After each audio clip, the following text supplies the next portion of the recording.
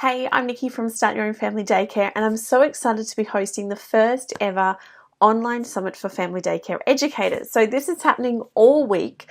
I'm the very first presenter. We have 5 presenters through this week, and each morning you'll receive an email with access to the new training. So you'll have the whole day to watch it, and you do have access right through till Saturday to watch all of the trainings for free. So make sure you watch them this week. There's a lot of amazing presenters. We're talking about Montessori philosophy. We're talking about your own philosophy and how to write that, how to use that in your family daycare, how to do programming a lot easier. And today I'm actually going to be talking about what makes you so good in family daycare. I'm talking about what are the unique skills and qualities that you have so that you can really promote your own family daycare, and how to make it really all about you and your way of doing things, and how that sets you apart from other educators, other services, and why families would pick you. So I am the founder of Start Your Own Family Daycare. I have a range of online programs, including the Family Daycare Academy, which you might have heard of. I've been writing online courses for a few years now, helping people to start their own family daycare, how to market it, how to create the spaces that they need, all that kind of thing to help you get started. Because I really found there wasn't a lot of information, that basic information like how much does it cost to get started? What do I need? Where should I look for? What questions should I be asking my scheme? All that kind of stuff. So I wanted to answer all those questions for people, and that's why I created the website, blog, and online courses. So I'm excited to put together this first online summit, which is really focusing all about you and family daycare. So what makes you so good to be doing family daycare? What sets you apart? Why should families come to you? How can you provide an amazing environment for the children that you care for? And that's what this whole week is all about. So I've been doing family daycare for a few years now. I started my family daycare when my youngest son was only about 10 months old. I now have my third child, so she is only 6 weeks old, and I'm trying to get sleep in between everything at the moment. And I've been doing marketing for quite a long time, well before kids, and I'm also a qualified teacher. So I've done a few things, and I have brought all of that together to create this blog and website, and also to provide information for educators out there around Australia. We also have educators around the world who read the blog and do the courses and are part of the academy as well. So that's enough about me. I want to get straight into this training because I don't want the trainings to be too long. Each training every day is around 15 to 20 minutes. And so you can listen to it. You can just press play, have it on speaker, and listen to it during the day if that's the only time that you get. You don't necessarily have to sit down and watch us, but that is something that you could do as well. So I've got some notes here I'm going to be going through so that I can give you really good quality information. What I'm talking about today is the unique set of skills, your unique environment, and the unique community that you have available to you that sets you apart from other educators. It sets you apart from long daycare centres, and it's going to help you really create a family daycare environment that families are looking for.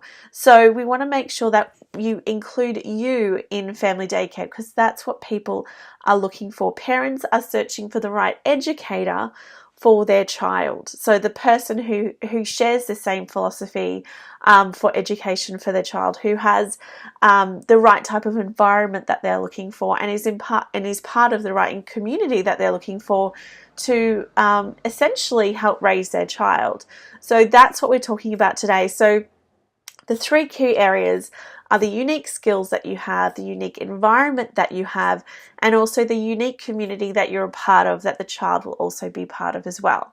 So the unique skills that we're talking about is what kind of experiences do you have that are unique? So it could be the family that you have. You might have a unique type of family setup.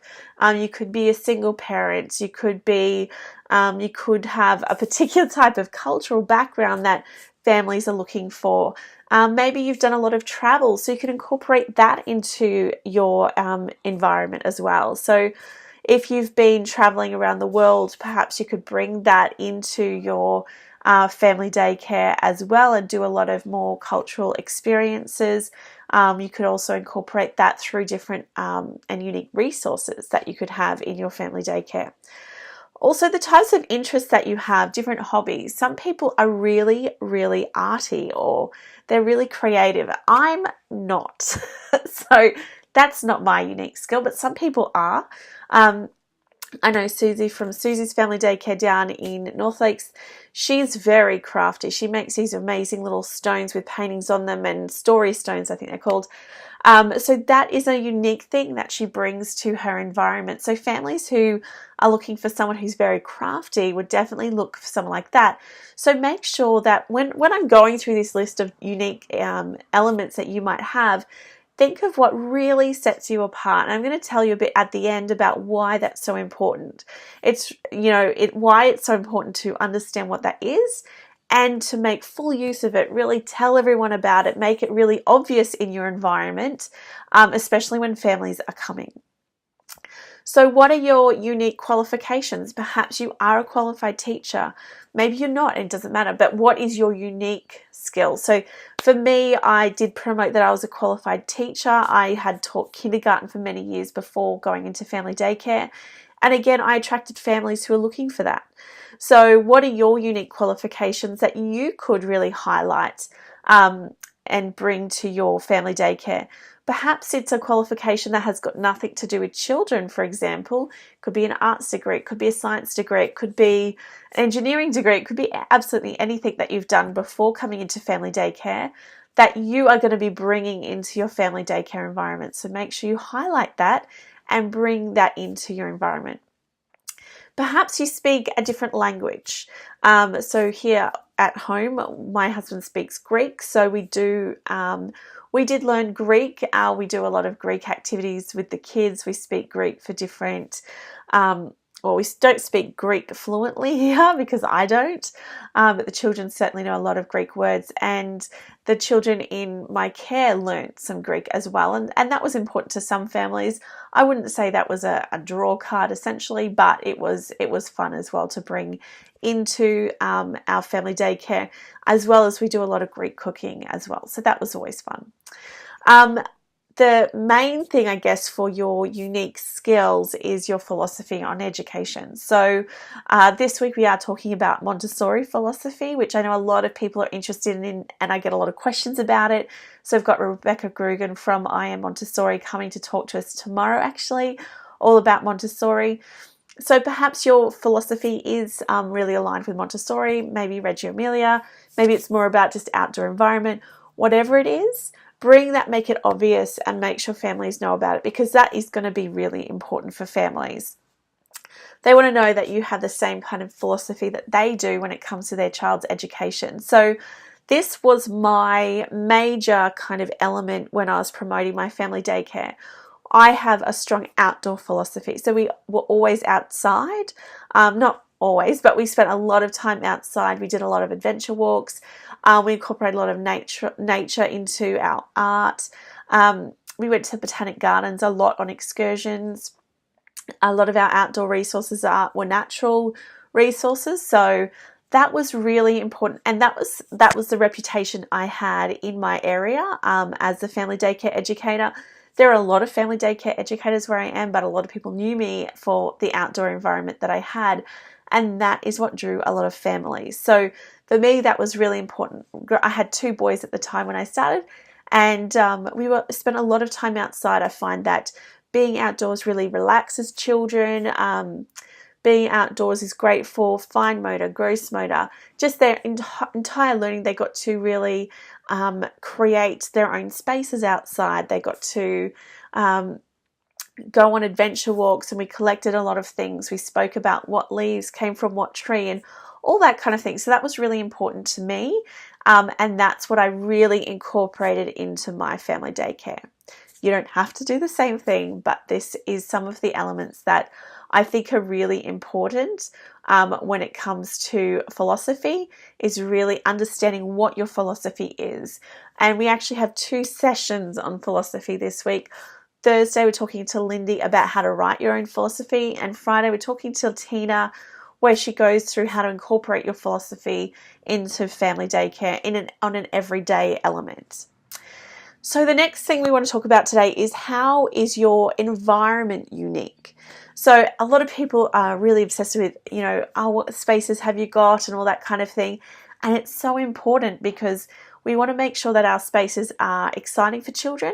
They are calming enough. You don't want to make kids all hyperactive.